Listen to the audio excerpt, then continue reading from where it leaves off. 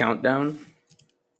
No, what do you mean countdown? Come on now. Can't- This is on the fly webcasting. Uh, okay.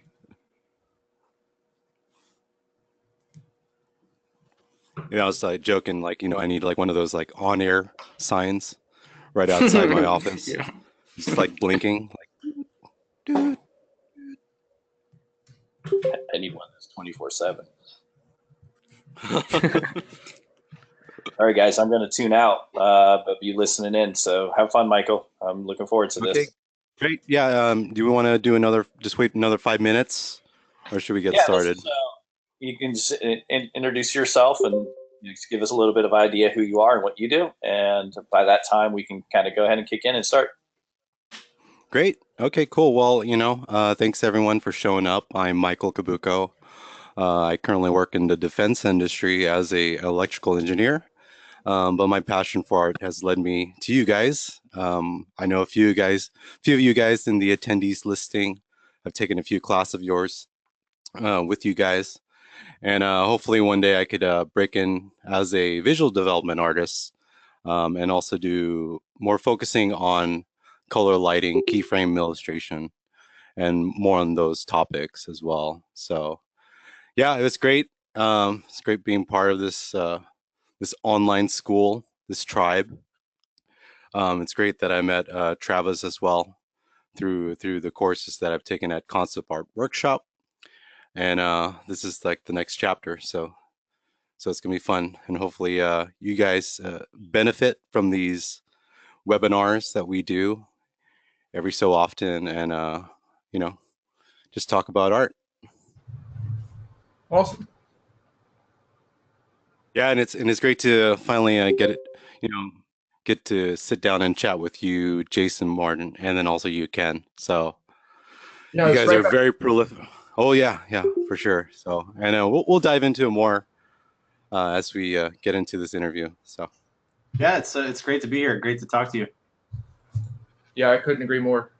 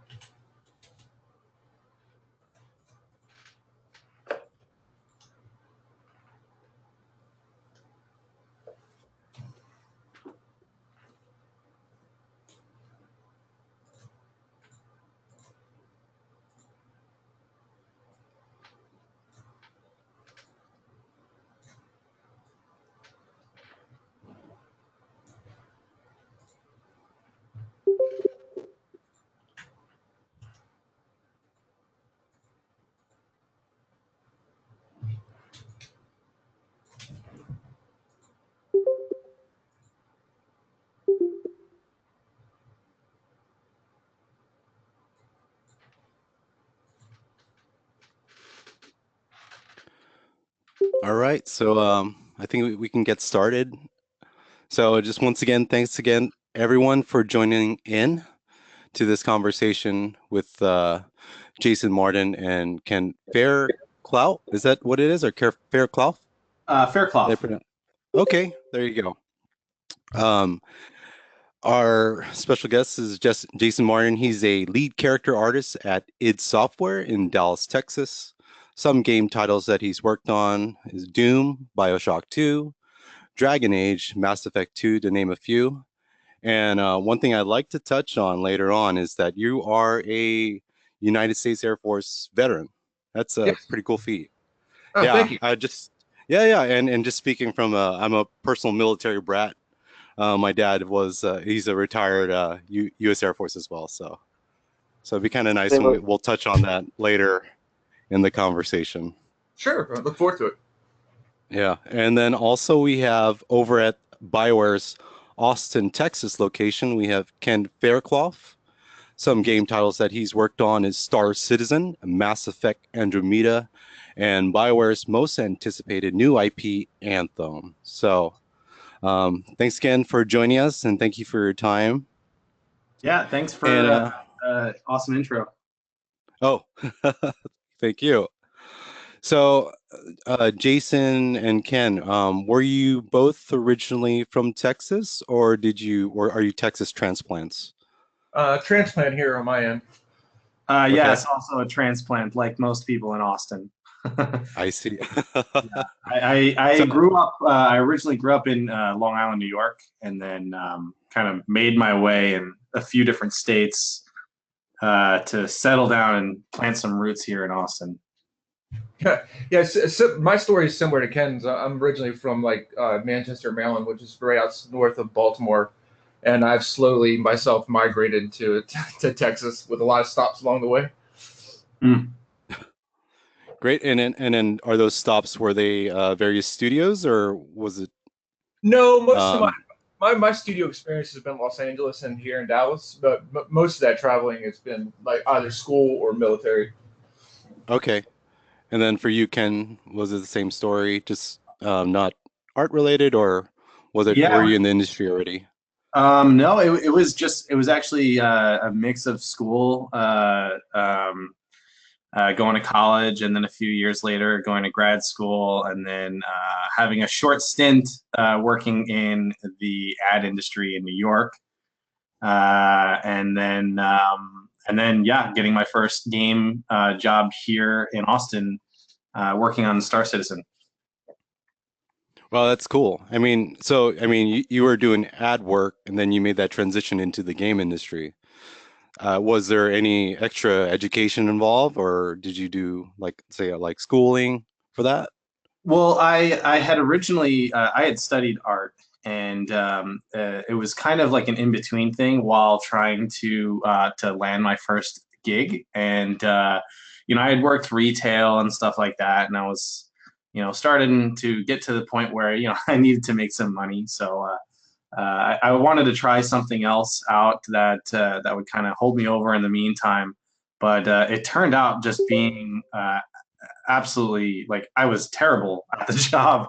I was really giving it my all, and I was just absolutely terrible at the job. So I left that job after a short period of time, and at that point, I kind of I knew that there was nothing else out there for me other than working in the game industry. So Sure, sure, sure. And we'll get back to it. We'll look over your, career background, both you and Jason and Ken. But yeah, let's bring it back to the good old Lone Star State of Texas. yeah. So how do you guys like it? How long have you lived in Austin, Ken? I've been in Austin about 4 years. Okay. And this is the first city in Texas that you've resided in? Yes, yeah, it's the first city in Texas I've lived in, and I personally love it here. I've traveled to a few other cities in Texas, but yeah, I really love Austin. Like I had mentioned briefly before, I've put roots in here, so I have no plans on leaving if it's up to me at least. Sure, sure. And what do you like about Austin? Is it the culture or? Yeah, I think it's a mix of things. I think it's definitely there is definitely a kind of creative culture in the city, and the city itself is kind of like the perfect mix of still somewhat of a small kind of tight knit city, but with kind of the amenities and all the other I guess like activities of a big city. So although it is growing incredibly fast, but yeah, it's I think it's kind of the best of both worlds, and I think there is I think Austin is kind of known for having this really unique kind of character, and it's one that I identify with very much. So yeah, really like it here. Great to hear. And also, is what are the other studios in the area, if any, in Uh, in so Ta- in Austin primarily? so there's actually quite a few, and it's growing pretty rapidly.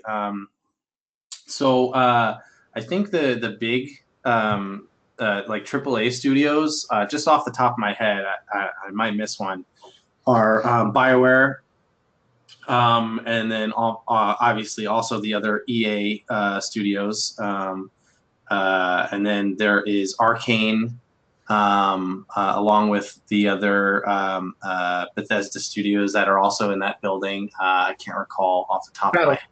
Battle Cry is the other one. Yes, Battlecry. Yes, thank you. And then let's see, there is Certain Affinity. There's Rooster Teeth, Gunfire Games. There's quite a few, and there's even more indies and startups popping up really at a pretty rapid rate. Oh, that's great. And then also, is there like local meetups among you guys out there, among the artists working Yeah, at those studios? there's a few. So there's a few that I actually attend, not as much as I would like, but every once in a while we have like sketch groups where we meet up and kind of just meet up at a Starbucks and sketch, which is really great. And there's tons of other meetups. There's like, there's Austin Game Dev meetup. There's like kind of like a beer night where they kind of meet up at one of the bars and stuff like that once a month.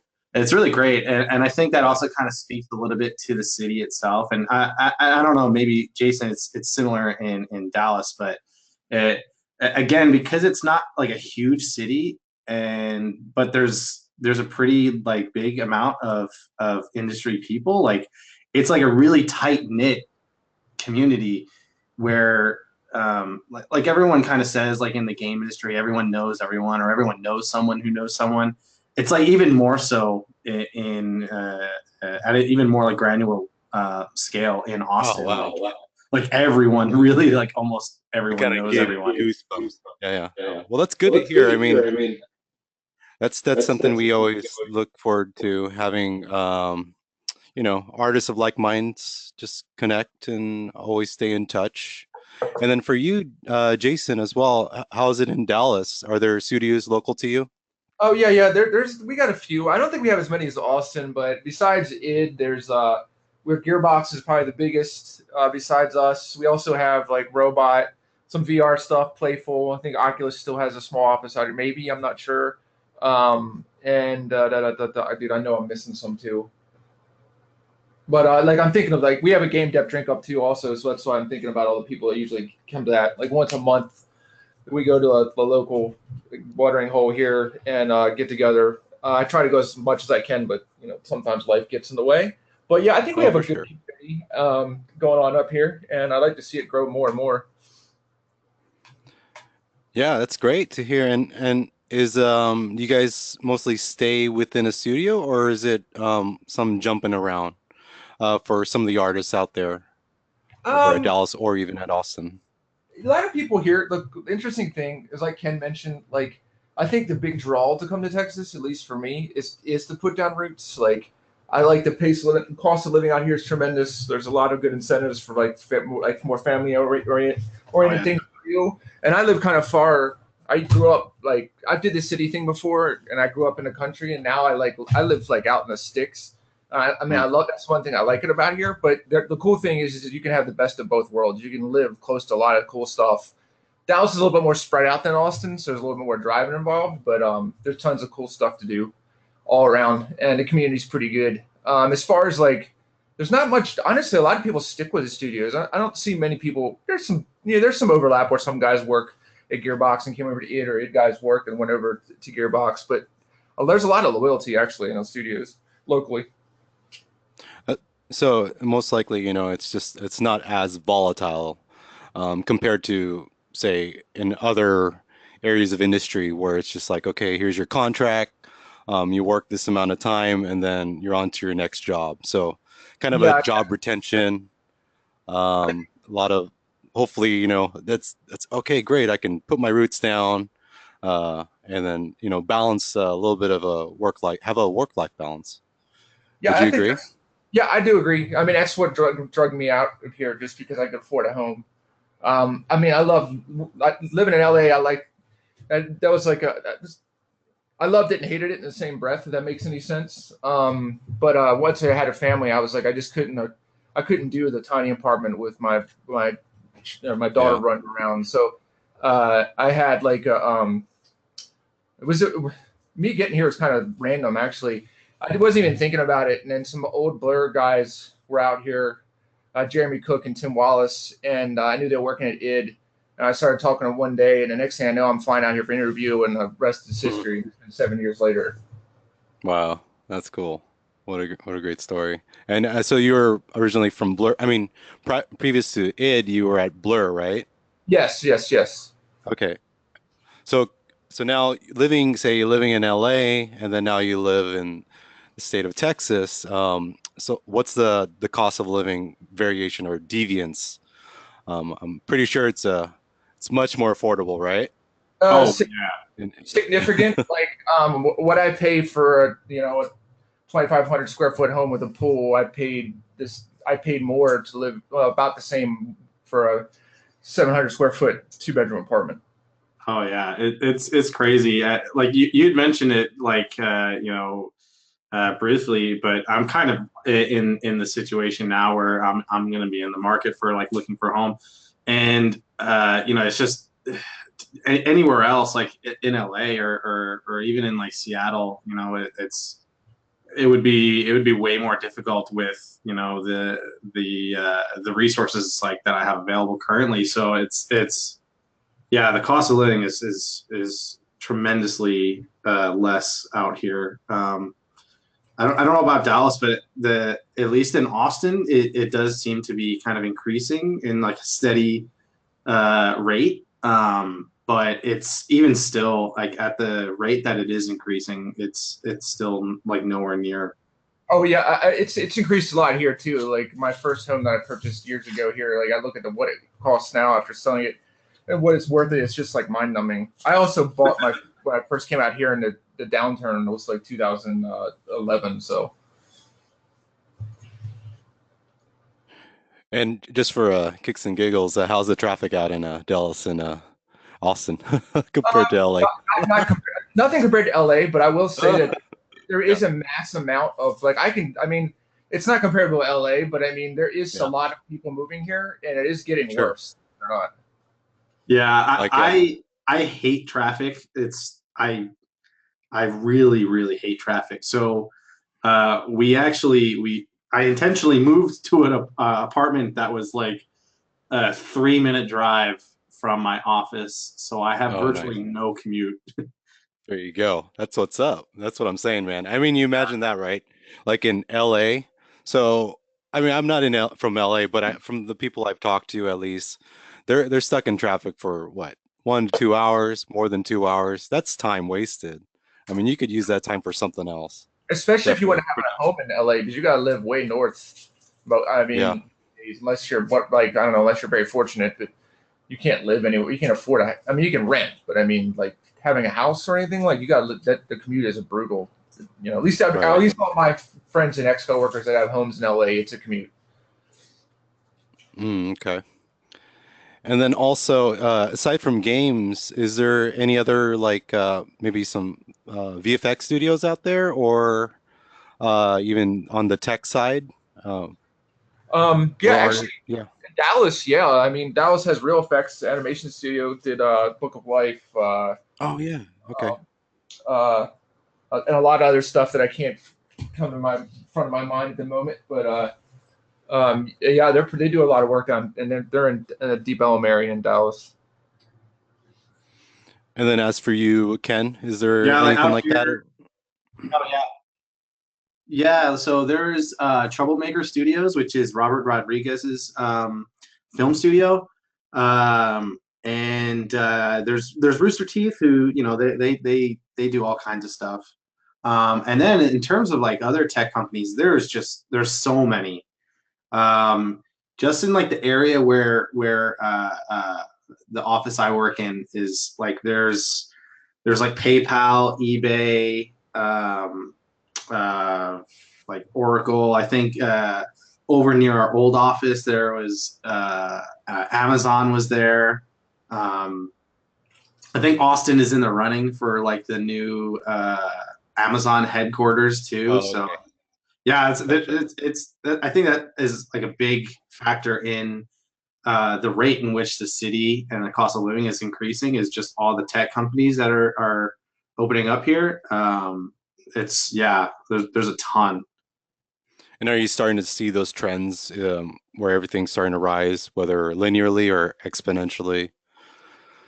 Just the incoming people, a variety of people coming into the state from other places as well. Yeah, it. I feel like in Austin, it's like it's rare that you meet someone who's a native Austinite. Okay, there you go. At least in my experience, like it seems like everyone I meet is like no one is actually originally from Austin. Like everyone has just moved here in the last 15 or less years.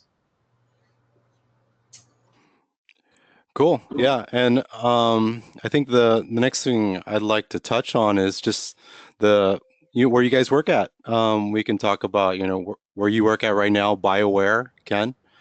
Just how the studio is, the environment, and what's it like? Oh yeah, it's a great studio to work at. I really love working there, and we have a really great office, and obviously the projects that we get to work on are awesome. I mean, growing up, BioWare games were some of my favorite games like Knights of the Old Republic and Mass Effect and Dragon Age. So just to be able to kind of like work with those people who had to do with some of those projects that like I was a huge fan of when I was a kid is just like such an awesome experience. And being able to work on those projects is just really, really incredible. I'm really fortunate. It's I would say the atmosphere there too is I would say it's similar at a lot of game studios and I think it just speaks to the type of people game developers and game artists are in general is there is this like kind of like consistent kind of drive and push to learn and try and be the best that you can be, and like everyone kind of like at the same time trying to work towards being the best artist or the best developer or whatever that they can, kind of just like really motivates each other. And it's just really great being able to work with people who are really passionate about their work on the day-to-day basis, but then also have like side projects at home that they're really passionate about, and just having people to share new techniques with and just constantly kind of learn from is really incredible. I would say it's similar probably at a lot of studios, and again I think it just speaks to the kind of people game developers are. Yeah, it's like going to school every day. I mean, free education, huh? I mean, pretty much. Yeah, How about you, Jason? Over at id Software, how is it there? Oh, it's awesome, man. I mean, it's been a really great experience. I mean, our IPs alone are great, I mean, hold on a second here, my monitor's blinked out. Okay, so it's been an awesome experience. I've been here for almost, I can't even believe I want to say it, 7 years. It's coming up on 7 years. And it sounds crazy. It seems like 3 years to me. But getting to work on Doom is just awesome. I mean, I still remember '94, sneaking off to my friend's dad's kitchen business to play Doom on his brand new Gateway Pentium, like hiding it from his dad. He was afraid we get in trouble for playing it. And, to be able to work on that IP like 20 years later is just, I mean, I sometimes joke about like if I would have known that as a kid, that would have blown my mind, my future. So like I'm incredibly blessed and fortunate to be a part of this. So it's been a just great experience, and like as a modeler and sculptor, man, like make demons and biomechanical stuff and monsters, like sign me up forever. Nice. And so you're a lead character artist, right, at id Yes, Software? yes, I am. Yes. And then what is the day like for you as that position? It's great. I mean, I work with an awesome team. I mean, Emmanuel Palik, he's like our junior mid-level. Denzel O'Neill is our senior, and we have a tech guy helping us now, Ahmed. and we also have Evgeny Bischoff and Peter Baum working off-site for us. So getting to work with, I mean, Ken touched on this a little bit. Getting to work with people that constantly push you is everything. Like, you know, you're forever a student as an artist, and you got to keep pushing. The moment you stop, you know, it's just that's pretty much it's over. So it's always working with people like that push you, and I think that's the best experience. So most part of the day is just coming in and like there's a good bit of meetings and stuff like that. Obviously, when you're running a team like that, but honestly, I go with the mentality of you treat your good guys right, the machine will run itself, and it's just a great experience working with all those guys. Like I'm ultimately not much at all without a good team behind me. So Yes, the perpetual level of education and whatnot, learning from each other. And yeah, so part of it, do you, I mean, part of your time spent during the day is managing other artists, or are you just on your own, doing your own no, work?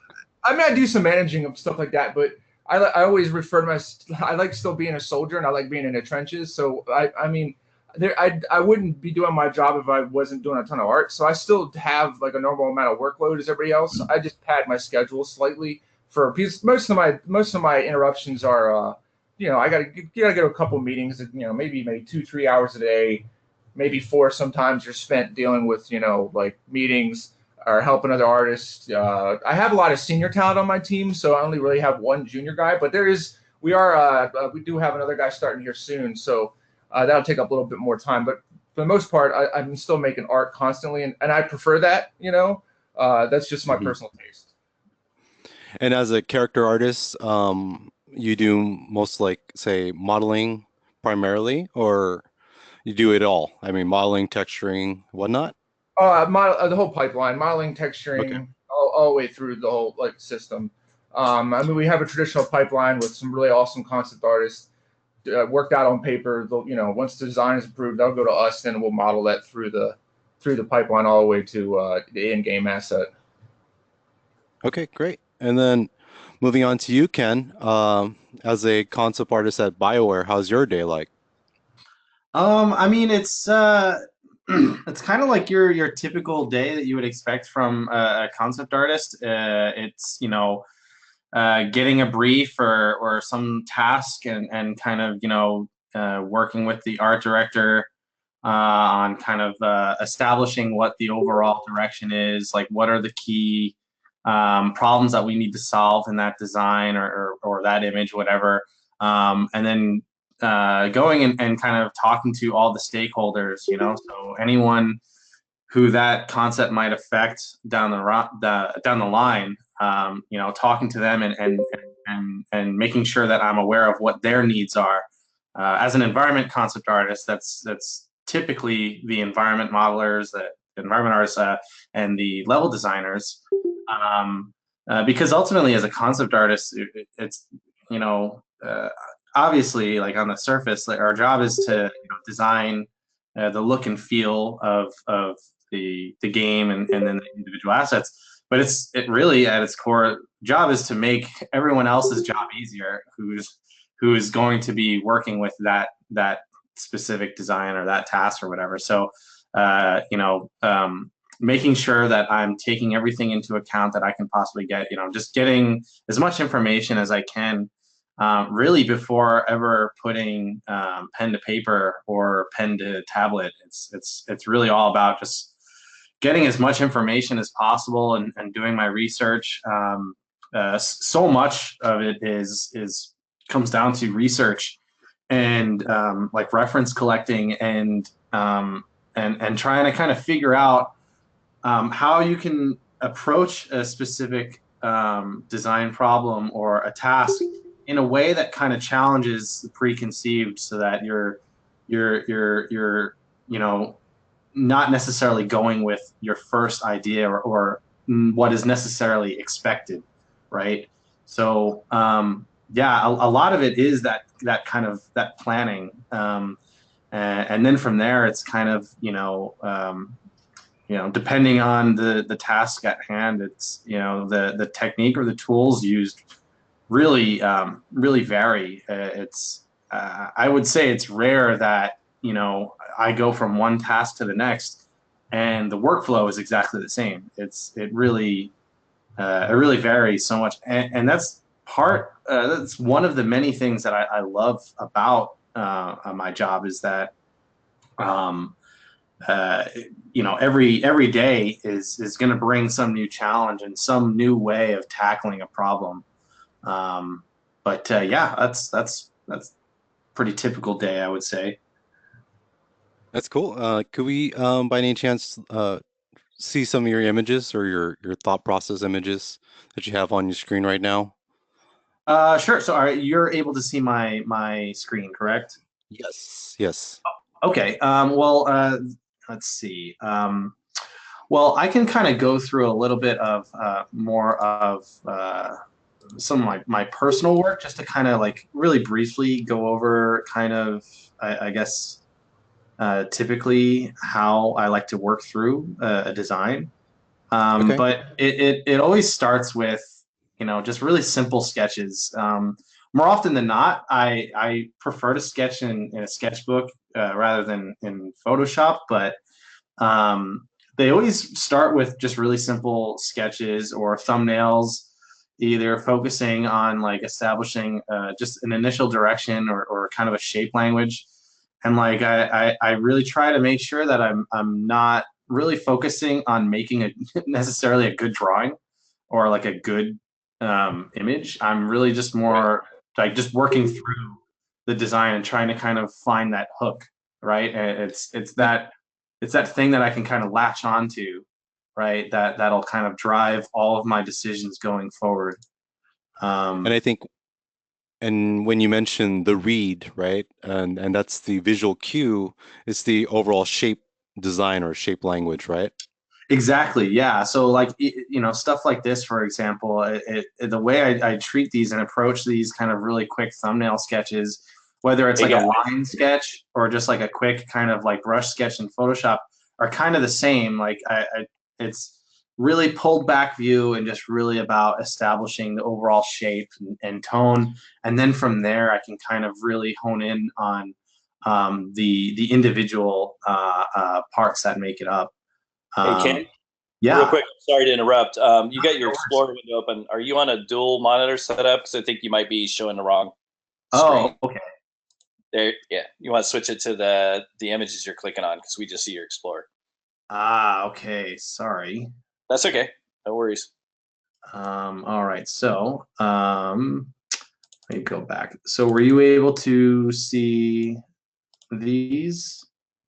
Oh, we can see it now. Yeah. Now we can see Okay. it. That's it. Ah, okay. So I've been scrolling through images for the last 10 minutes. So you haven't seen any of those? I was just imagining that. That's what it All right. I was. guess I was sharing the wrong screen. Sorry, guys. Oops. Well, yeah. Again, like I said, it's all about just kind of establishing just like a really just high level kind of direction. And I'm not really concerning myself too much with like making a quote unquote like a good drawing or a good design. It's really just about kind of getting the expected shapes and decisions like out first. And whether it's a line drawing like this or more of a kind of just quick, blockout sketch like this, the way I approach it is kind of the same. Whether it's all just about like again, like I said, finding that hook, right? And then from Right. here, I you would typically collect reference and stuff like that. And so much of my process is revolves around the use of 3D, and I just for years I really was kind of apprehensive and a little intimidated by introducing 3D into my workflow. And once I got over that kind of like initial fear, it really kind of just opened up so many possibilities in really just being versatile and having so many different ways of tackling a problem. So here's an example of like a really quick block out that was just done with like really simple like displacement maps. Like I'm really big on kind of closing that gap between that integration of 2D and 3D. So I rarely am like kind of working just in 3D poly modeling. Like it's usually kind of some way of bridging the two. So designing two-dimensionally from like a top-down view and kind of creating um, masks that I can use for displacement, and then just doing a really quick sketch on top of that, just to kind of see like, put my future glasses on and kind of see like what the end result might possibly look like before I even go in and start really refining any of those designs. And it's just through stuff like, here's another example of the idea of kind of bridging that workflow of designing in 2D and 3D simultaneously. Um, like here is, something that, just intentionally designing 100% two-dimensionally, just experimenting with shapes and then using those same exact shapes to extract 3D shapes from. Um, to model that same thing probably wouldn't take that long, but just being able to design and make those tweaks on the fly in Photoshop and then just like quickly extract that into 3D Geo is just something that is just really, it's just really intuitive. And I've found that so many of the techniques that I've adapted over the years are all about ways of getting over my laziness, essentially, and cut corners. I mean, so I guess so much of it is really it's just, and then doing that enough over time just kind of like really streamlines it, and yeah, it's but again, not to ramble too long on this topic, but for me, it's just bridging that gap of designing 2D and 3D and approaching design three-dimensionally in a way that is as intuitive as sketching on paper. Because Sure. I think really that's when you get the most out of the tools themselves. So. And do you think that do you believe first in using your imagination versus using reference first? I am huge on using reference, but I do think that it is sometimes it's beneficial to kind of just see where your own kind of ideas can take you as like a starting point.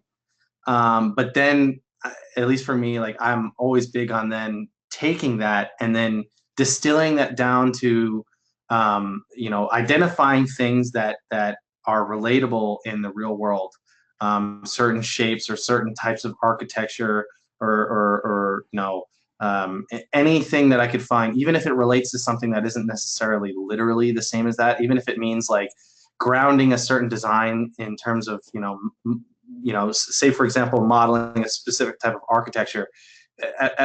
Sometimes it means something is just like referencing like animal anatomy in a way of grounding that shape language in a way that's a little bit more approachable and relatable.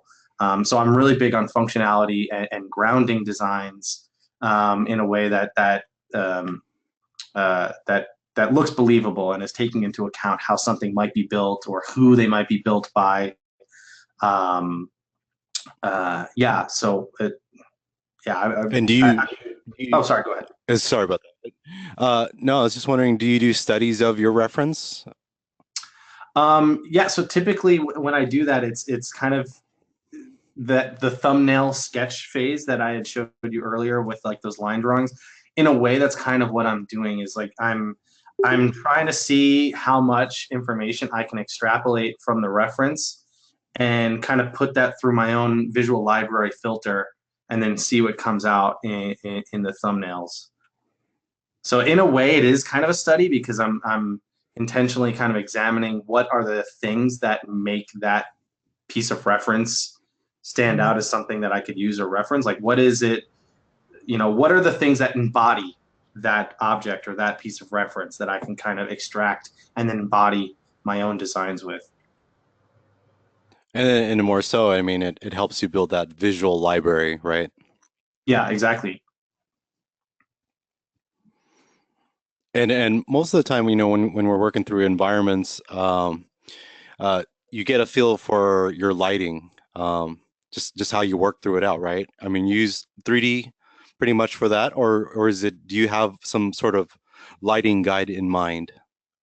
Um, I mean, for me, like I typically have somewhat of an idea of the lighting that I want to go with, but the great thing with using 3D is you're no longer kind of like restricted to whatever you've decided to go like forward moving with, right? So working purely two-dimensionally, if I had spent, 5 or 6 hours blocking out a certain lighting scenario, if I change my mind or I want to try something else, it means repainting it.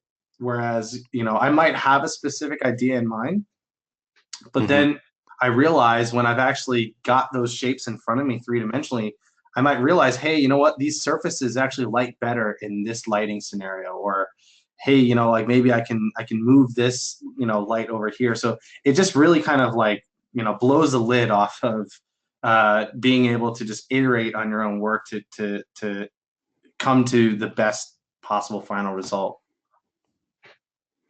Great. Yeah, cool. And then also we haven't heard from Jason in a while. Hey, Jason. Hey, how's it going? How I'm you just doing? enjoying listening to everything, to be Yeah. honest Yeah, I mean, we would like to talk about, how your approach to things as well. In a similar way as I presume, just the sketching out ideas and gathering reference. Oh, totally. Like, well, it's a little different. Like, as a character modeler in a production environment, like you're really an artisan. So I like to use the term like I'm a professional artisan and amateur designer. Otherwise, I'd be a concept artist, you know.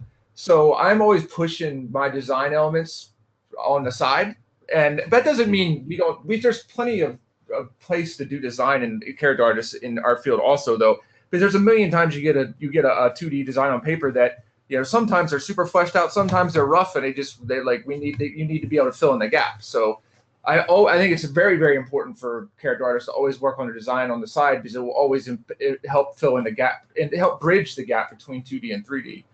So much like Ken had mentioned, I approach stuff with I get as much information as I can. What is this character going to do? How's he seen? What's the prioritization of the character? As in, like, is he background? Is he main story? I mean, like, what are you going to see him? Are you going to see him mostly from the chest up? You got to pick your battles, so to speak. And then Hmm. once I get all that information, then I get my reference. And reference is everything. Like, especially for character art, like you should always be referencing something out there. I mean, literally, I have an image board. I teach this in my class. The first thing I do is we can make an image board of what we're going to make, and we always have it up and reference it. So that's my main thing in the beginning. Approaching problems is like, what's it going to be? What's it going to do? How's it going to act? And even when it comes to like my personal work, like I'm seeing you looking through some of these like this dragon and whatnot, like I always try to just come up with stuff like as unique as I possibly can, or something I haven't really seen out there. And really, I just really try to polish my design skills at home on personal work, and then push my job as being a really good just a character modeler as an artist and bringing characters to life. It's a very collaborative team effort, from the initial pitch idea from the character and the story element all the way down to concept, digging their teeth into it, then giving it to us, and then us bringing that character to life. I mean, it's never just a one person show. It's multiple. It's a lot of people involved. That's what makes it great. And yeah, and at id software, how's the level of style, like in terms of like photorealism? What do you guys shoot for? Well, I think I always like to use this example. I mean, we want something to look as real as possible, but we also want to look campy. Doom's meant to be fun. I personally like projects where it's like 70% realism, 30% pushed in the stylized area, Like, I love realistic textures on like crazy, like, proportional stuff. That's pretty much my favorite. I'd like photoreal, but not realistic, proportions and stuff like that. Slightly exaggerated. Like, honestly, like Doom characters, they're all a little bit bizarre and pushed and odd. Um, and that's the stuff that like I don't know if that helps answer the question, but yeah. And do you get a chance to review the incoming portfolios to your studio? Oh yes, as a matter of fact, I'm doing that right now. Oh, are you? Are you? Yeah, it's Um, got a lot because we're hiring for a senior character position. okay, well there you go. And from what you've seen at least, one of the questions was, what do you think is lacking in student or junior work that apply at ID? It's a really good question. I This is the one thing I tell everybody. I talk about this much in my class, but I'll give this pitch real quick. If you're trying to be a character artist at a studio, like if so, you have a portfolio and you want to apply at a studio you really want to work for. I would always say make one character in a style of that studio, and then the other characters would be like a roundabout thing. Like have one creature, one guy in gear, because every studio makes dudes in gear, so you can't go wrong there. And then and one something a little bit stylized, so you have three rounded out characters, and then you can have one that's maybe like that's in one of those three you could pick to cater towards the studio you really want to work at. And what I find lacking is probably, you know what, honestly, I'll say it like it is.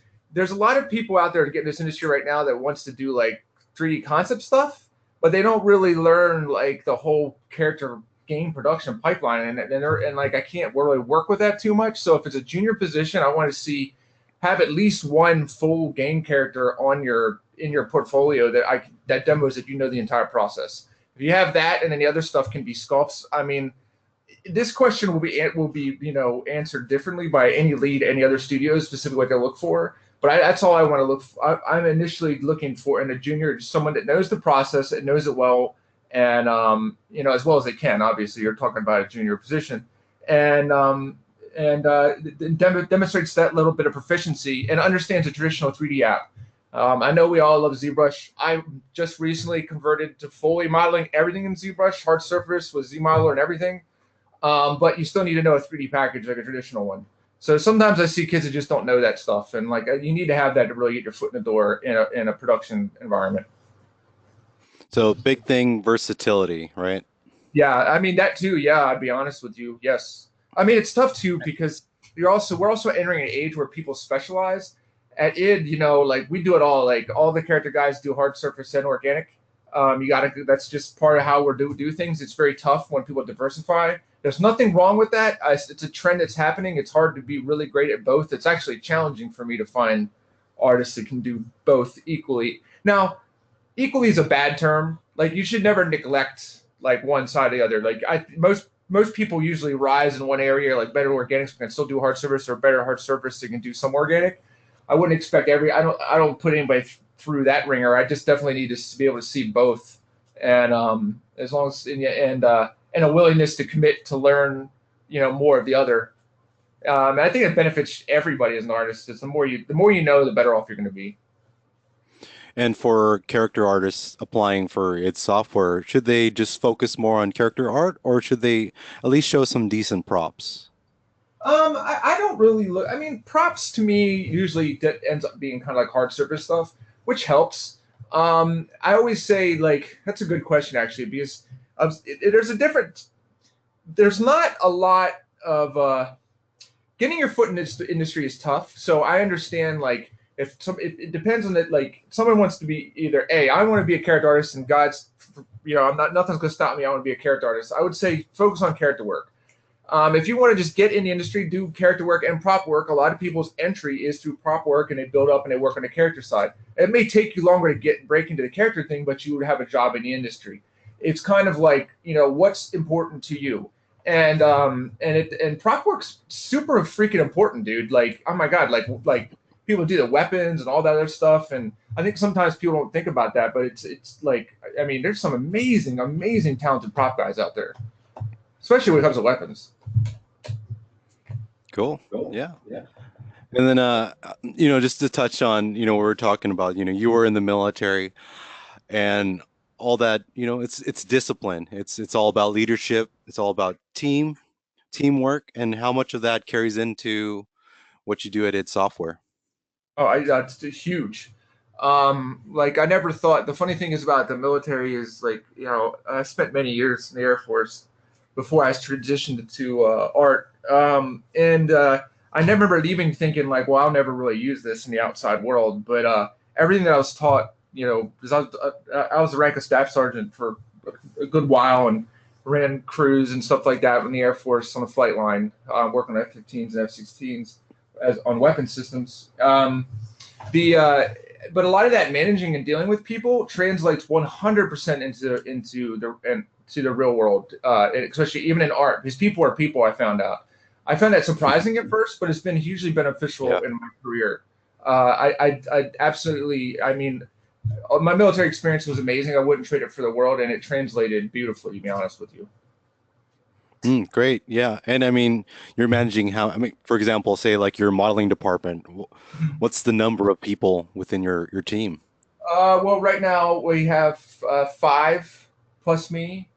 2 are off site though, and which is that's good though. I like it that way because like you get to really know your guys, and you don't have like a lot of people. And also, like I said earlier, it makes me do art. The bigger a team gets, the more it's going to need hands-on and the less art you're going to do. So I'm very fortunate to be in a position where I have only a small but good group of guys, and a lot of them are senior guys, which are very set and forget. Like I don't really have to interact that much besides when we go through reviews. I mean, like there's daily interactions for sure, but I mean like they're just so good. They're the kind of guys like I mentioned earlier. You walk in and you see their work, and you're like, "Hot damn, dude! Like that's amazing." It really motivates you to kick ass too. So it's like that awesome, friendly, positive, competitive environment. Yeah, like that's a huge part of it. Great. Well, we would like to go into class summaries. So, did you have your screen ready, Jason? Yeah, I do. Yeah, I can share if you want to. Okay. Well, let me switch over to you.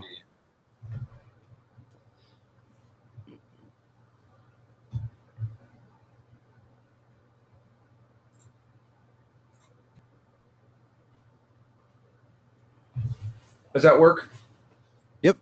Good. We can see it. So as far as like my class, this is just some random stuff I was working on, and I just have like Travis sent some rough ZBrush sketch stuff of this Travis shared on actually to this webinar. I'm getting this in QShot now, but I mean this is like my class is more generated about and this is just a rough thing in QShot. I'll eventually take this into Photoshop and do its thing, but as far as like what to look forward to and what to get out of my class and stuff like that, generally what I like to do, and it's good for all character art, is as much as like we're basically going to create a monster, and I'd like to have the monster in some kind of gear or yeah, like sci-fi fantasy. I keep it really loose and open, but creating any kind of creature with props and stuff like that. Now, generally I prefer bipedal for that kind of thing, but I keep the door open to a lot of options. But I like to be able to take a character with gear, any kind of monster element to it, sci-fi or fantasy, and we take it through the entire process from sketching the early beginning thing to just real quick ZBrush sketches all the way down to the game pipeline. And my whole main goal to you all, everybody, is to give you bite-sized knowledge chunks that you can really digest and take out of here, not in the sense of overwhelming you with process and like this is how you do tips and tricks and like like a bunch of technical stuff like that. I mean, that stuff will be touched on, but the things I like to really get off my chest in this class and off to you all is that none of it's that difficult. I don't have any convoluted processes. Everything's pretty straightforward ZBrush. I don't have like a bunch of scripts or fancy brushes. I use a lot of stuff right out of the box as ZBrush. And I really like to just throw those like bite-sized morsels out that you remember and they stick. It's not like overloading you with information. And also like, like a lot of my design principles and tools you can put inside your toolbox to help you evaluate your 3D model along the way of like what's working, what isn't working, why does this proportion look off, like how to basically a set of rules that you can apply to your character to help the design and overall look and feature of it work through the whole process. You can either work from your own design, which I heavily like to push, but if you're not comfortable with that, you can always pick a design off the internet, like any 2D thing, and bring that to life. I've taught a couple classes before, and people have done a little bit of both. I have no problem with that. I encourage to work on your own design because, like I said, I think it just makes you a stronger artist all around. But that's just a basic tidbit of what you expect. And generally, also, it's worth noting, I usually try to start the class modeling with you guys. So I usually start the process the same way and go. And I try to keep up. I tend to fall way behind and not able to do it. But I'm able to demo all the process of like model creation of what I do on that character, or I bring in older models and demo live. But I always like the beginning couple weeks because I'm usually right there keeping pace with you guys until the good old work comes calling and I can't keep up. But I really like doing that. It's fun because I feel like I'm part of the class.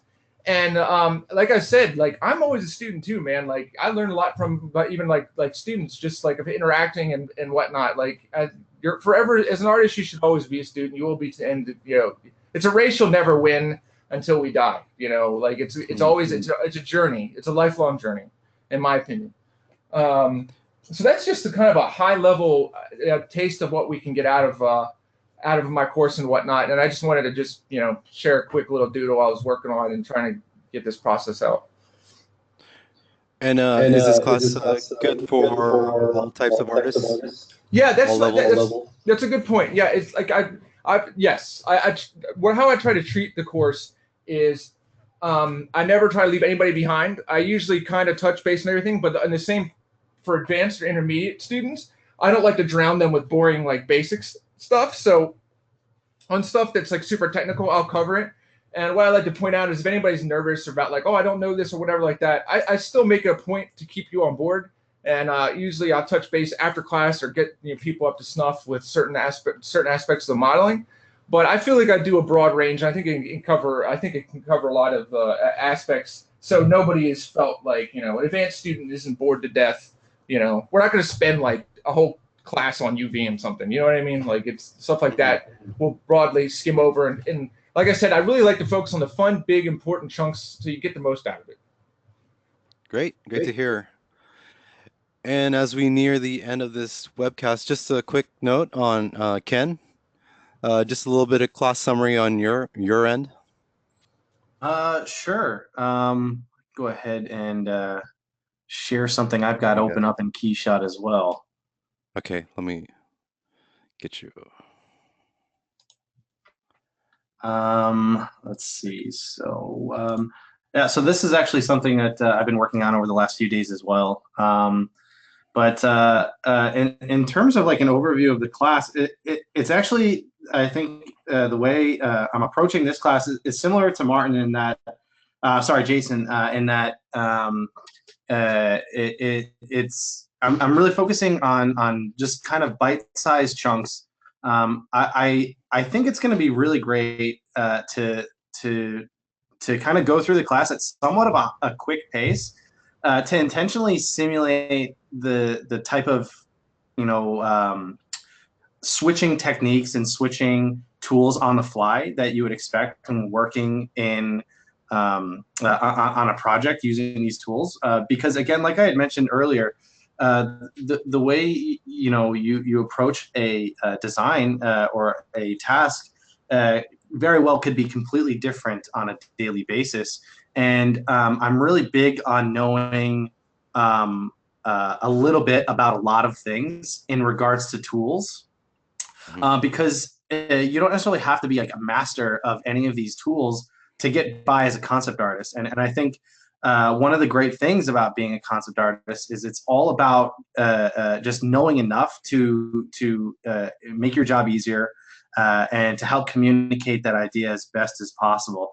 So the format of the class is going to be really just a series of like vignettes of like zooming in on these specific techniques and showing like practical uses of these techniques in creating a high fidelity environment concept. I think also presenting those techniques from kind of like a pulled back, like high level perspective, so that you can kind of start to see, even though I'll be showing very specific examples of how to use these techniques, they'll be kind of framed in a way that will be kind of somewhat like pulled back. So you can kind of see how you'd be able to use those tools and those techniques on your own work.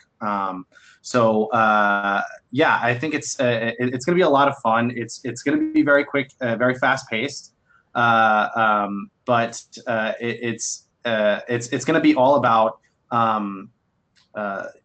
approaching techniques that are really either very contemporary and widely used now, or B, are not necessarily as widely used in a production setting yet, but probably will be.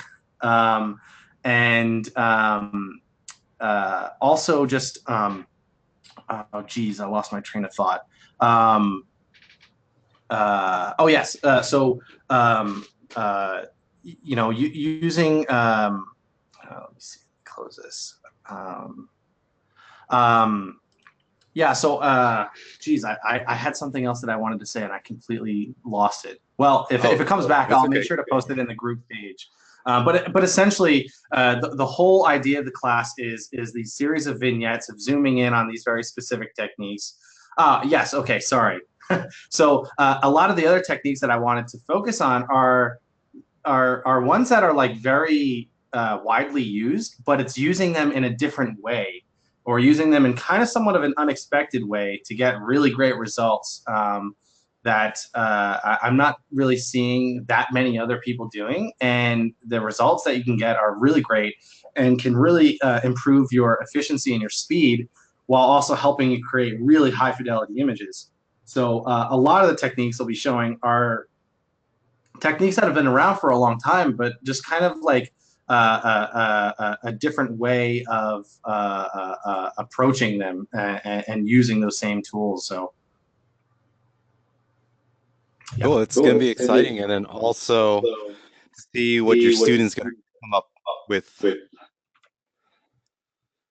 Yeah, I'm really excited to see. We're going to be going through a lot of stuff, but yeah, I think mostly we'll be focusing on just kind of like with Jason's class, kind of bite-sized chunks, and then kind of like moving on to the next one. And we won't be getting really too caught up in technical stuff, and because I think jumping into using 3D as a concept artist can be very intimidating. So I'm all about, the simplest, most easy way of using a tool without getting into kind of convoluted, settings or plugins and stuff like that. So really just keeping it as simple as possible and presenting it in a way that isn't intimidating and really is actually really fun. Because I found with previous students, and I can see it happening with this class, is showing some things where like people like kind of didn't necessarily think of using a tool that way, and then all of a sudden they start to like kind of connect dots and say like, oh, I'd be able to use that like in this situation, like, oh, what if I did that? And then yeah, it's just really exciting and stuff like that. So I'm hoping for my excitement for all this stuff that I'm going to be showing to kind of rub off on everyone else, and for the students to do some really cool work. Cool. Exciting. So we're near the end of our webcast, but we hopefully you guys have time for some Q&A. Yeah, I got time. Okay. How about you, Ken? You're all right? Okay. Well, I'll open up the floor to the audience. There's some questions reeling in the chat right now. So the first one I see is from Cesar. What's the best way to go into the mindset of designing an environment or a great dimensions prop vehicle? So mindset. A great dimensions like prop vehicle. I don't know if that's something specific, but I guess I'll just speak to just designing an environment or a prop in general. I think it's all about establishing a really solid direction and establishing kind of rules for yourself, and in a way kind of putting yourself inside a box. I think to people who aren't artists or designers, there's this misconception that like putting yourself in a box can kind of like limit you and stifle your creativity. But in reality, when you set yourself a strict kind of set of rules and guidelines that that drive your design decisions, it really forces you to approach that problem or that design really like head on, and try to come up with a solution as creatively as possible, and come up with a solution that isn't necessarily the most expected solution. So like I said previously, and Jason talked about it, it's so important having reference and doing a research and planning. Um, so yeah, I think regardless if it's an environment or a prop or a character, it really is about just establishing a really solid direction for you and kind of getting that hook, like establishing what is the thing about this that makes this different, or what is it, if this design or if this concept had a voice, what would it say, right? Cool. And another question from Juan Hernandez. The big artist question is how to get unstuck. So we hit those plateaus of whatnot, and it's just, okay, what's the next level? How can I get past that 10%, that last 10%? Yeah, well, I was thinking about more. Well, this probably doesn't happen to Jason as much because he has a lot of experience. But I was wondering how to get unstuck when you're trying to come up with certain shapes and they just don't work out. And I Well, was first wondering off, if you had any techniques for that. I could say like I've been doing this forever. I still get stuck. That happens. I know in my course I have a certain set of rules that I apply to my character down the line that I look at, and I kind of run run it through my head like checklists. So basically, like it's that thing like like you look at your design and what you work on and be like, hey, something just doesn't look right, but you're not sure what it is. I have a Mm-hmm. good set of rules I've learned over the years and working with a lot of good designers and just good artists from experience Mm-hmm. that I like to teach and show off that are like basically bite-sized chunks that like I keep saying this, but adding tools to your toolbox and how you can kind of digest the problem and and just kind of like pull out of that rut where you're like spinning off in outer space. And but yeah, like yeah, I plenty of times, and I even know all these things, but there's still times I get stuck. But what I usually do is either I take a break, get up and walk around, let your brain go, and you'd be surprised in the back of your mind, your brain will solve a lot of those problems even without sitting in front of a computer. I have about a 40-minute drive home and to work, and sometimes it sucks. I'm jealous. I'm jealous of the, of Ken's 3-minute commute in that sense. But what I do is I make the best of that, and it's funny how many problems where I'm sitting in front of a computer working, I'm like driving myself crazy. I'm like, well, I'm gonna go home, and when I'm driving home, even though I'm like just, my brain's still chewing on the back, and sometimes just that break, that 30 minutes drive for 40 depending, my brain solves a lot of these problems, or at least I come up with a method of attack to approach it the next day, kind of deal. So breaks help.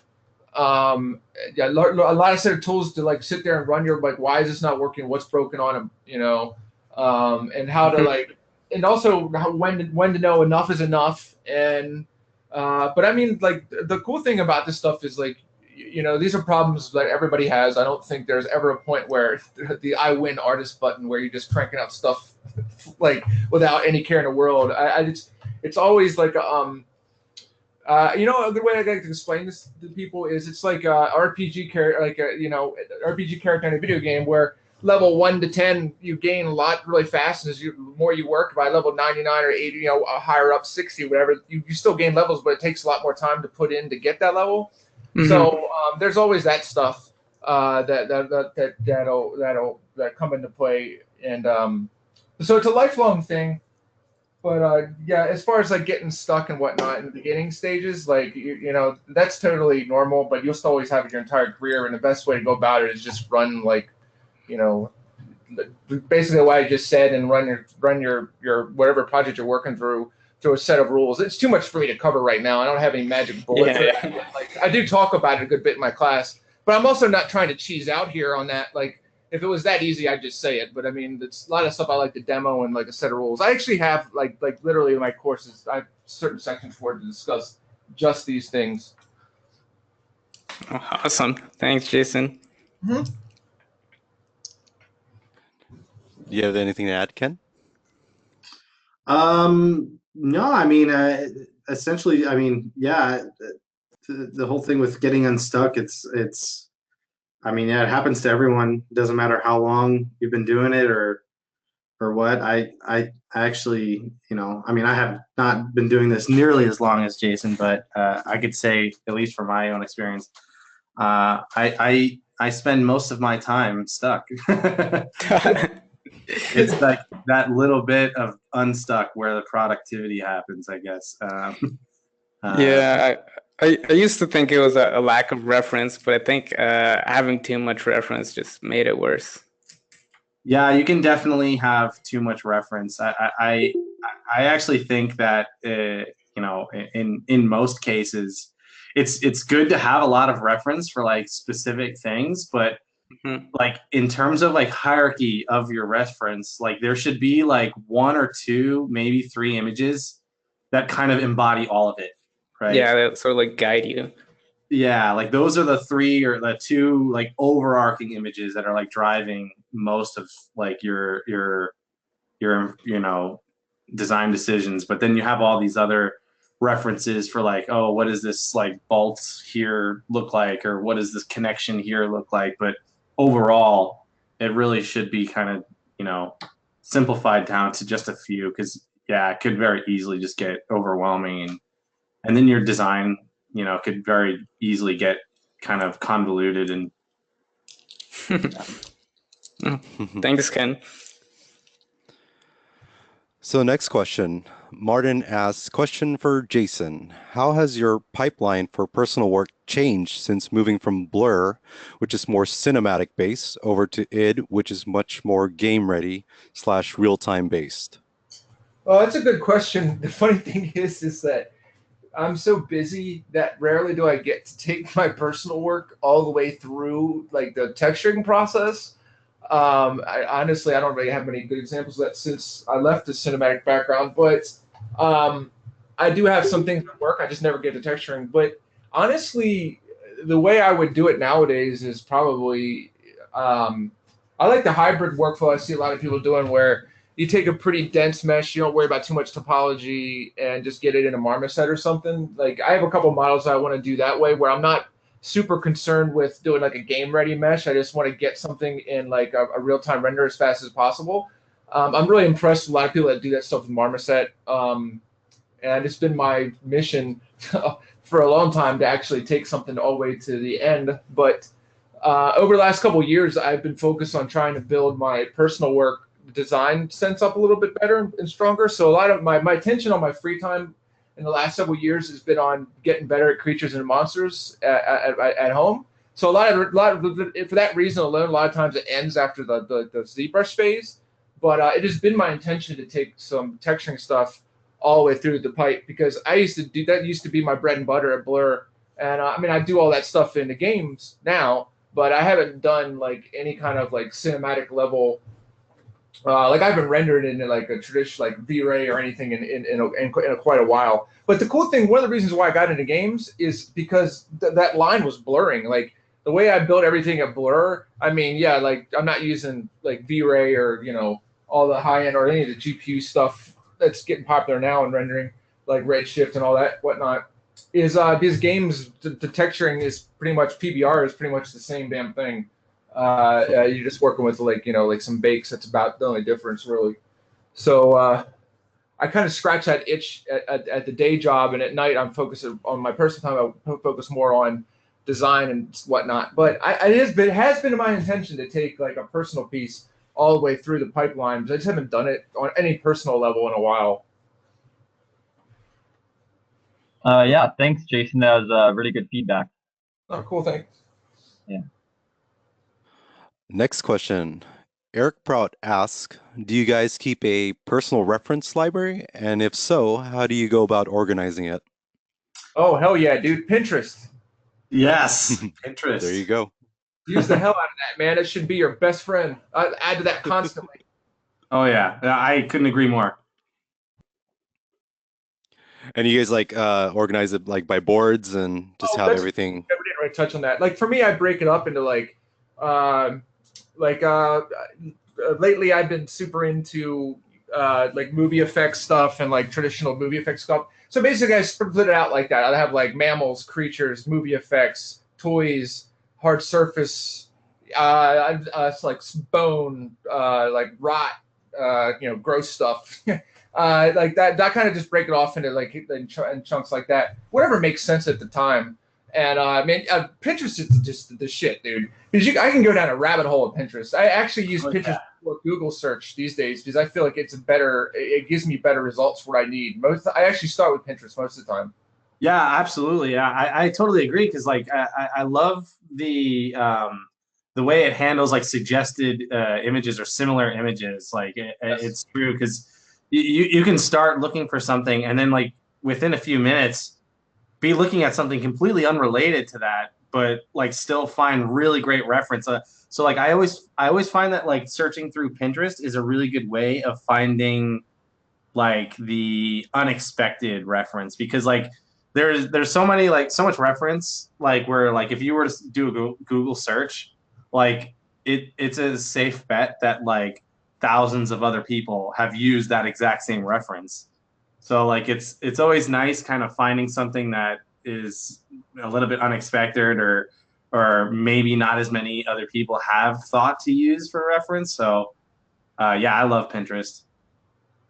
And are your Pinterest profiles private or is it public? You should be able to look mine up. Another thing, dude, is like I gotta be honest with you.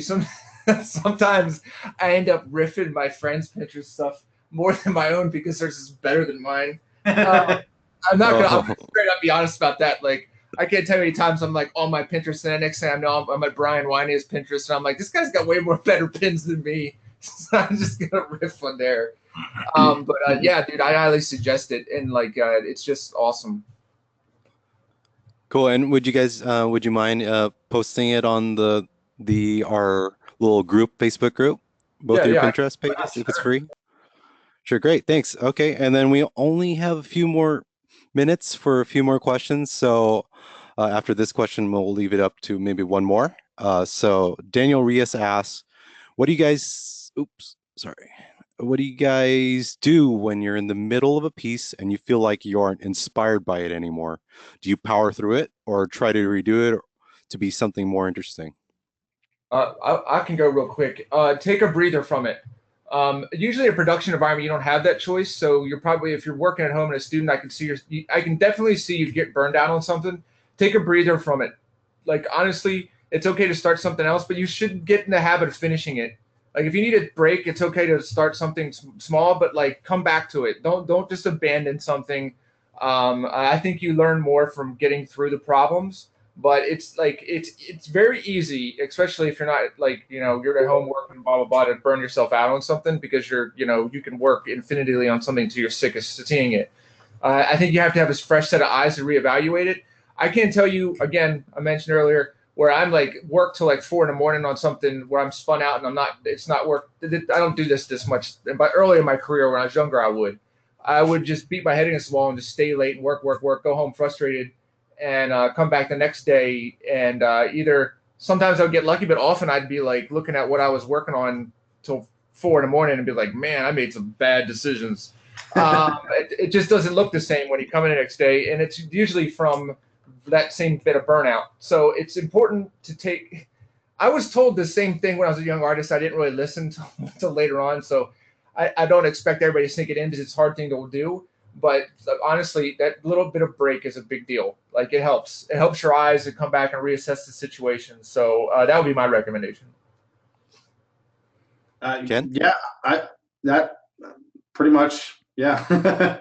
Okay. All right. Great. Yeah, cool. I agree. It is really difficult to kind of power through on something, even when taking a break sometimes.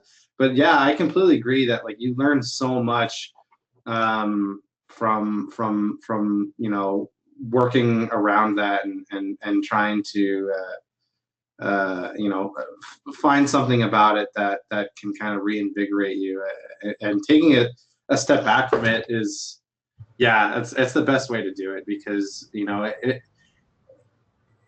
might talk to someone or you might see something on the internet or you might go and see a movie that just like makes you think of something or makes you even just look at the piece from a different light or from a different perspective that kind of changes things. I think it was Jake Parker, or I don't know if he was the first person to say it, but he said a lot on his podcasts, or posting on social media that done is better than perfect. And yeah, he's totally right because You know, just the lessons learned from finishing a piece rather than, you know, you know, just sitting on something and noodling on it for months and months and months until it's perfect. Like it's so much better. But yeah. That's a really good point. Finishing something after like, I like honestly like from my neck of the woods, like no model is ever done. It's just due.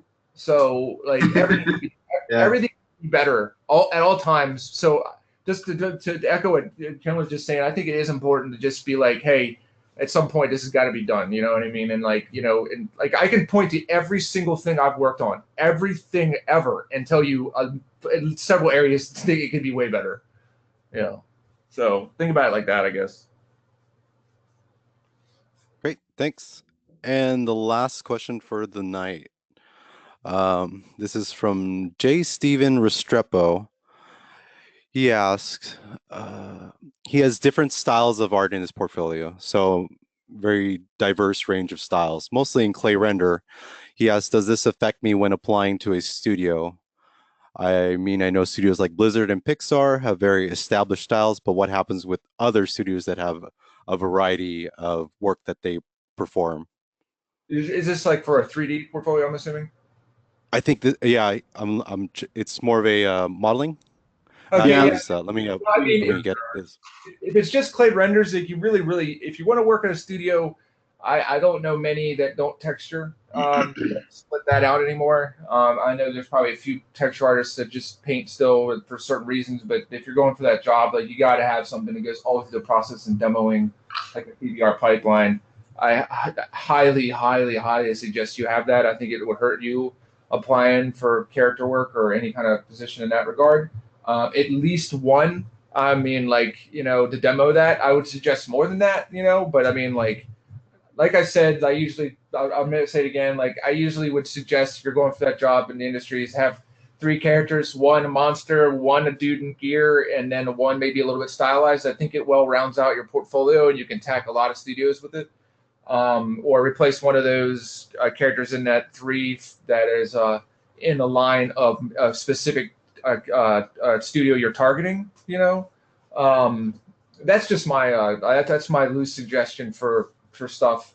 Um, and I always tell people, you know, trying to get industry wise in that regard is to gather as much information as you can from any kind of interviews and stuff you can gather from other hiring people and what they're looking for, and you kind of got to combine that because what I'm looking for, I mean, I'm pretty sure it's at least like pretty lining with everybody else, but it's always gonna be a little specific per studio. Right, and I think that's another great suggestion. It's yeah, when you start building your portfolio, you want to kind of just know the studio that you're applying for. So look at the work they're producing, and then yeah, that's the portfolio to match. So that's just my suggestion as well.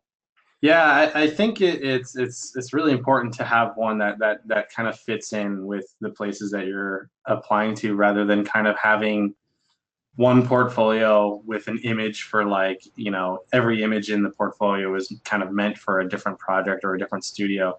I think I don't know, maybe Jason, you would agree, or I don't know, you have thoughts on this, but I kind of like to think of portfolios like a portfolio is kind of a piece in itself. Like looking at this portfolio, like looking at this almost as like one collection of works, like even if you're showing like different kind of genres or different, even different styles, I feel like there should still kind of be somewhat of a consistency through stylistic choices, or something that kind of communicates like who you are as an artist and like what your personal affinities are and your own like kind of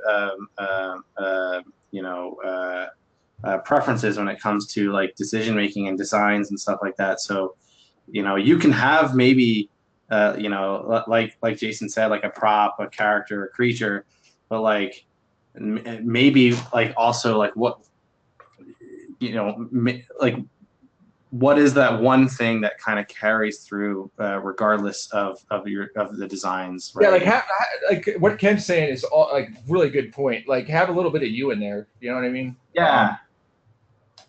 Yeah, I couldn't agree more. I think like I really like portfolios where you can see that balance across the board. And also I think it's worth noting that, dude, like as a quality versus quantity, I'm always going to be at the quality level. I'd rather see like in like 2 models that were done awesome than 6 that were like meh, you know. Yeah, totally. That's why I look on my end from a modeling standpoint. Right. It's like And so I don't most want to likely, make you this know. go. I'm going to jump. Oh, sorry. Oh, Go go for it, ahead. Travis. Oh no, I was just I just just wanted to last jump. thoughts. Oh, go ahead, Travis. Sorry. Go ahead. It's okay. I just want to jump in on this because obviously I have an opinion as a co-owner in CG Society and just being on websites all day long. Because I do browse Polycount. Obviously, I browse ArtStation. I'm on DeviantArt digging at least twice a week to try to find the good stuff there. And I think something that is happening is that portfolios on websites like ArtStation and Polycount and CG Society, places anywhere that has them, they really are a contender as much as a demo reel now. That wasn't the case 5 years ago, but it really is now. And part of the issue with that is that everyone is calling their ArtStation or their CG Society or their whatever it is, DeviantArt. Everyone's calling that their portfolio. But there's a huge difference between a professional portfolio or a professional demo reel and a casual one. And so a lot of times, obviously you guys being here are mostly from the group that we started. And part of that is to kind of help you to compete with those around you. And so I'm always telling everybody, post on as many sites as you can. Don't post on one. You're going to hear the opposite from a lot of other people. If I'm an owner in CG Society and I'm telling you to post an ArtStation, you can probably take my word for being honest. And the reason is you're going to be discovered in different ways in different places. But another good thing that you can do is to make sure at least one of your portfolios, whatever portfolio you're going to send to the studio, is only the work that is representative of what you're applying to the studio with. So, if I'm looking at Steven Restrepo's portfolio here, am I looking at work that he thinks is professional? Am I looking at work that is from the past 6 months or the past 3 years? Am I looking at work that's for film or game or concept? If I come to this page and there's 4 images here and they all look like the boxer, I have a much better sense of who you are, who you're representing, your professional self, as opposed to, say, the boxer and the creature and the like troll character. So, one thing that you can do is use one site for your work in progress for everything as a sketchbook. You could also do that on the same site. Obviously, you can create albums on your ArtStation. But I personally tend to think it's better to treat one site as a sketchbook. It's better to treat one site as a portfolio. You can also do that with your ArtStation website, your professional ArtStation website. My issue with the professional ArtStation website and your regular ArtStation is they tend to look very similar. So, sometimes I'm not sure if I'm landing on one or the other. But just keep that in mind when you're presenting your work. What type of work are you presenting, and who are you presenting it professionally? If you want to work in film and games, or film or games, then that's good. But going with what Ken and these guys are saying, Jason as well, is that one of the best things about demo reel is that when I go there and I see that first piece that you have, or I see the body of pieces that you have, they all look cohesively like they're for a specific studio, for a specific genre of games or film. So definitely think about that, guys, in your process too. So I just want to jump in on that part. I'm going to cut out now, guys, and go back to you. Yeah. I think another just really quick thing is like, when a lead or an art director or a recruiter, hiring manager, anyone looks at your portfolio, it should answer questions. It shouldn't raise questions. Like they should know exactly what position you're applying for. They should know what project you want to work for. They should know, they should get a feel for what your taste is as an artist.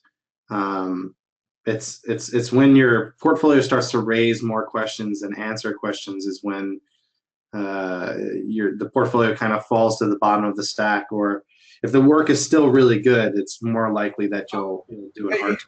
I got something to weigh in here. As I blanked out for a minute, listen, all this information is great. Like I'm literally digging through stuff, and here's what I found interesting that blew my mind. Honestly, think about this. So I really had to dig through like 200 applications like recently. I've still not gone through them all. So I basically get them from HR that's applied through a website, right? So my first thing that I get is a resume front head letter. You'd be surprised, but I'm talking senior level guys even didn't have like their portal. I had to dig for that information on their resume front page. You should have that thing really easy to like look up, because I'm me. Even the ones that didn't work, I was like, I still look them all up and find them. But I don't know if someone else will be that generous. So as corny as this sounds, having your portfolio as a really bold, easy place to be on the front page of your resume, not hidden, bold somewhere up top, which I'm sure anywhere you read and follow, you'll see this stuff. But my point of even bringing this up is I'm literally digging through this and I'm seeing it on a lot. Like I'd say 2 out of 10 resumes are like, I'm like, where's the damn link or where's your portfolio to look at? And I have to dig for it. Or I can't even find it on the page. And I'm jumping back in there on that note. We'll never end this thing because there's so much good stuff to talk about, right? and one note is that on Jason's and Ken's, all of the live demo reel workshops, myself and Hannah from Legacy will be doing a portfolio and demo reel workshop for one weekend that you have an off week with Jason and Ken. And we'll also be doing an interview and resume workshop. So we'll help you create your resume, which I think has a lot of value as well. But the thing I wanted to back up Jason in saying is that, Jason's looking for people to hire. I'm always looking for people that are doing strong work. I don't care where you post. I'm looking every single day because I help set up our departments and I have a website that features artists. So if you're a good artist, I want to send you a message that says, hey, I checked out your work today on Facebook. I checked out your work today on the cover of Polycount. I'd love to feature you on CD Society. And I literally on a daily basis go through at least 50 artists that have no contact information anywhere on their reel. I'm willing to bet if we click on 3 artists right now on ArtStation, we won't find an email to them. And it doesn't have to be your personal email. It can just be an email that you only use and put on public sites for interviews. But this is something that is, every single artist out there seems to be failing getting into the industry, and it's very hard to communicate to get there. So I'm going to back up Jason on this big time. Because Jason, I imagine it's really frustrating. It is. I mean, I've literally, I'm not going to call it out, but I've actually seen senior level guys. I mean, I think they're just not like thinking or whatever, but it's just like I kind of like got a kick out of it. But mostly, honestly, that was kind of a rare, like kind of like goof on. See, it's mostly junior guys though that I see this. They just don't have that. Like it's just make it readily, easily available. That's all I'm saying. Cool. I think that's a wrap, Michael. What do you guys think? Thank you so much for spending the time tonight, guys, and thank you so much for everybody joining in. And Michael, this was great for the first one we're rolling out. I'm looking forward to doing a lot of these. Yeah, thanks a lot. Yeah. And thank you for your time, guys. And just a quick note, in the chat, you can see the course links to Jason's course and also Ken's course. So if you're interested, if this is for you, please sign up. Class begins on February 18th for Jason, and I think Ken, your class starts soon as well. So for 18th. Okay, cool. Well, thanks to the audience once again, and hope you all have a good night or wherever you're tuning in from. Yeah, I appreciate everyone, and thanks for having us be on. I appreciate it. All right, see you guys. Yep. Have a good night, everyone. Yeah, thanks, guys. Have a good night.